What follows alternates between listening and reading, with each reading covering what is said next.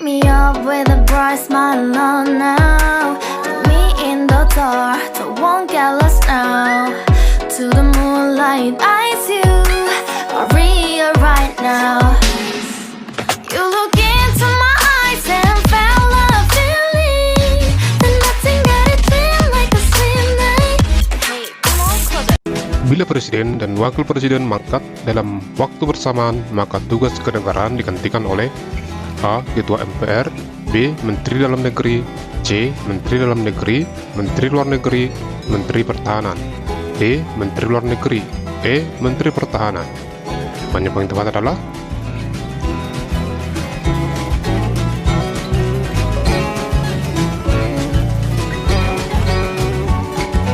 ya, jadi sesuai dengan pasal 8 ayat 3 UUD 1945, jika presiden dan wakil presiden mangkat, berhenti, berhentikan, atau tidak dapat melakukan kewajibannya dalam masa jabatannya secara bersamaan, pelaksana tugas kepresidenan adalah Menteri Luar Negeri, Menteri Dalam Negeri, dan Menteri Pertahanan secara bersama-sama, yaitu jawaban C. Ajas ius sanguinis menetapkan kewarganegaraan seseorang berdasarkan A. Tempat kelahiran, B. Keturunan, C. Waktu lahir, D. Proses kelahiran, E. Keinginan. Jawaban yang paling tepat adalah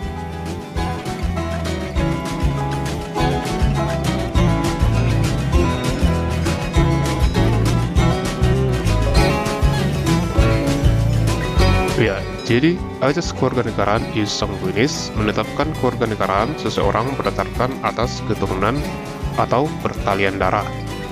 Lalu ajas ius soli menetapkan kewarganegaraan seseorang berdasarkan tempat atau negara kelahirannya. Jadi jawaban yang paling tepat adalah B, yaitu keturunan. Konsep rancangan pembukaan UUD 1945 yang disetujui pada 22 Juli 1945 oleh Muhammad Yamin diberi nama A. Mukadimah, B. Pembukaan, C. Lahirnya Pancasila, D. Piagam Jakarta, E. Gentleman Agreement. Jawaban yang paling tepat adalah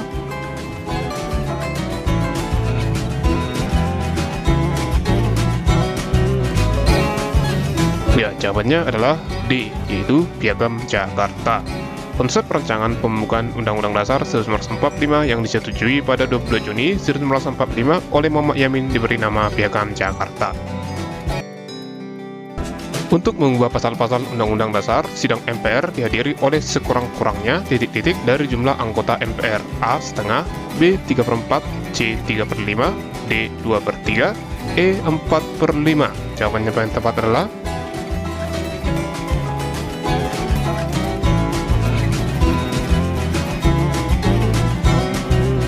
ya, jawabannya adalah D, yaitu 2/3 dari jumlah anggota DPR.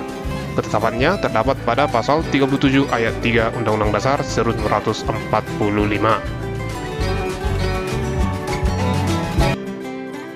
Secara umum, kemajemukan bangsa Indonesia terbagi menjadi dua macam, yaitu vertikal dan horizontal.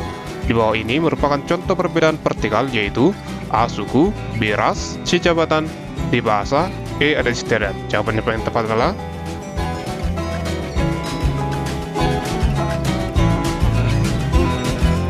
ya, C. Perbedaan vertikal berupa capaian yang diperoleh melalui prestasi atau strata sosial ekonomi, posisi politik, tingkat pendidikan, kualitas pekerjaan, dan kondisi pemukiman. 3 hari yang lalu penjahit itu menyampaikan bahwa bajunya sudah selesai. Anak kalimat pada kalimat di atas berfungsi sebagai A. Subjek, B. Predikat, C. Objek, D. Keterangan, E. Pelengkap. Jawabannya paling tepat adalah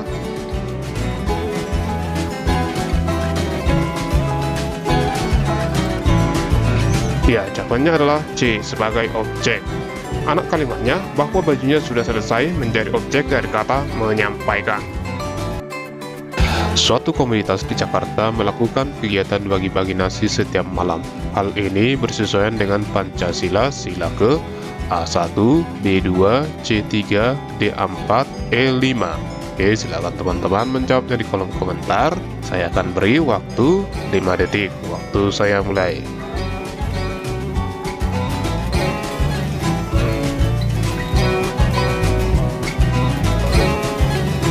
Oke, jadi jawaban yang benar adalah B, yaitu sila kedua. Kenapa? Suatu komunitas di Jakarta melakukan kegiatan bagi-bagi nasi setiap malam merupakan tindakan kemanusiaan atau wujud kepedulian terhadap manusia lain.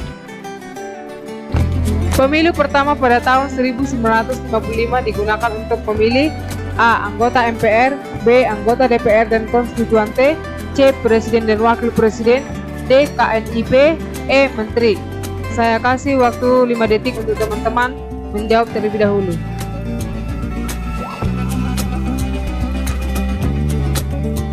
Baiklah, jawabannya adalah B. Anggota DPR dan konstituante. Kita lihat di pembahasan. Sesuai tujuannya, pemilu 1945 ini dibagi menjadi 2 tahap, yaitu tahap pertama adalah anggota pemilu untuk memilih anggota DPR. Tahap ini diselenggarakan pada tanggal 29 September 1945 dan diikuti oleh 29 partai politik dan individu. Tahap kedua adalah pemilu untuk memilih anggota konstituante. Tahap ini diselenggarakan pada tanggal 15 Desember 1900. Anggota Badan Pemeriksa Keuangan dipilih oleh Dewan Perwakilan Rakyat dengan memperhatikan pertimbangan dan diresmikan oleh A. Menteri Keuangan Presiden, B. DPD Presiden, C. DPD MPR, D.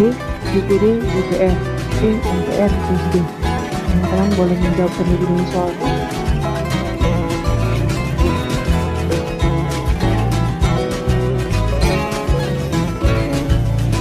Jawaban sebenarnya adalah B. DPD dan Presiden. Mengapa jawabannya B? Langsung kita simak di pembahasan. Pada pasal 23F ayat 1 Undang-Undang Dasar 1945 di sini dikatakan bahwa misalnya anggota Badan Pemeriksa Keuangan dipilih oleh Dewan Perwakilan Rakyat dengan memperhatikan pertimbangan Dewan Perwakilan Daerah dan diresmikan oleh Presiden sendiri. Jadi, anggota Badan Pemeriksa Keuangan itu dipilih oleh DPR dan ditimbang. Perundingan antara Indonesia dan Belanda yang dilakukan pada tanggal 10 November tahun 1945. Dalam perundingan ini, Indonesia diwakili oleh Perdana Menteri Sultan Syahrir, sedangkan Belanda diwakili oleh Profesor Sermerhon.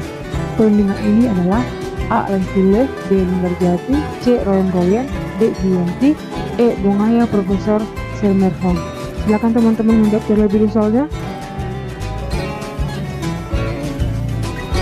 Dan jawaban sebenarnya adalah B. Linggarjati. Kenapa jawabannya B? Kita lihat di pembahasan. Tepatnya pada tanggal 10 November tahun 1946 diadakan sebuah perundingan yaitu di Linggarjati. Dalam perundingan ini Indonesia diwakili oleh Perdana Menteri Sultan Syahrir, sedangkan dari Belanda diwakili oleh Profesor Sermerhon. Setelah dilakukan 4 kali perubahan, Undang-Undang Dasar 1945 memiliki A. 16 bab, 37 pasal, 194 ayat, 3 pasal aturan peralihan dan 2 pasal aturan tambahan. B. 19 bab, 27 pasal, 164 ayat, 1 pasal aturan peralihan dan 2 pasal aturan tambahan. C. 29 bab, 37 pasal, 194 ayat, 3 pasal aturan peralihan dan 2 pasal aturan tambahan. D. 29 bab, 27 pasal, 183 ayat, 2 pasal aturan peralihan dan 3 pasal aturan tambahan. E. 26 bab, 38 pasal, 191 ayat, 2 pasal aturan peralihan dan 1 pasal aturan tambahan. Maka teman-teman menjawab terlebih dahulu soalnya. Dan jawaban yang sebenarnya adalah A. 16 bab, 37 pasal, 194 ayat, 3 pasal aturan peralihan dan 2 pasal aturan tambahan. Kenapa jawaban A? Kita simak di penjelasan. Sebelum dilakukan amandemen, Undang-Undang Dasar 1945 itu terdiri atas pembukaan batang tubuh. Pada tanggal 16 Agustus tahun 1945, Soekarno-Hatta diculik kelompok pemuda dan tentara peta yang dipimpin Soekarni dan Soedanko Singgi dibawa ke A. Yogyakarta, B. Jayakarta, C. Darat Vietnam, D. Markas Jepang, E. Rengas Dengklok. Silahkan teman-teman menjawab soalnya terlebih dahulu.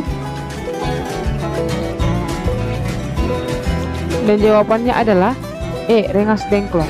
Mengapa jawabannya E? Kita simak di pembahasan. Pada tanggal 16 Agustus 1945, golongan orang muda mengadakan rapat dengan hasil bahwa proklamasi harus dilaksanakan sesegera mungkin.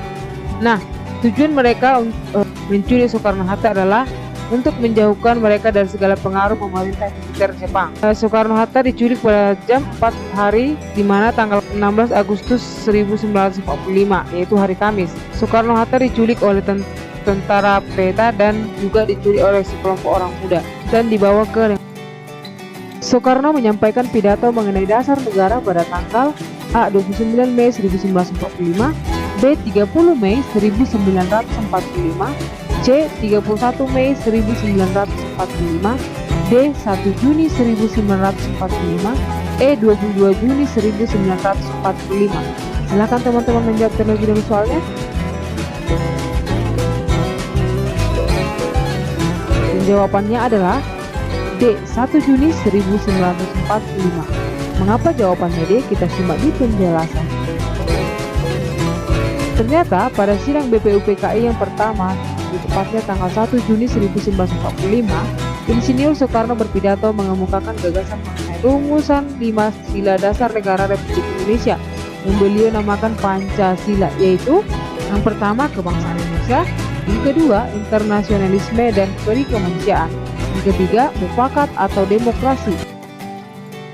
Di bawah ini yang bukan merupakan 4 partai besar secara berturut-turut memenangkan kursi pada pemilu 1955 adalah A. Nahdlatul Ulama, B. PKI, C. PNI, D. Golkar, E. Masyumi. Silahkan teman-teman menjawab soalnya terlebih dahulu. Jawabannya adalah D. Golkar. Kenapa jawabannya D? Kita simak di pembahasan. Pada pemilu 1955 ternyata hanya 28 konsisten, di mana 3 diantaranya adalah perseorangan.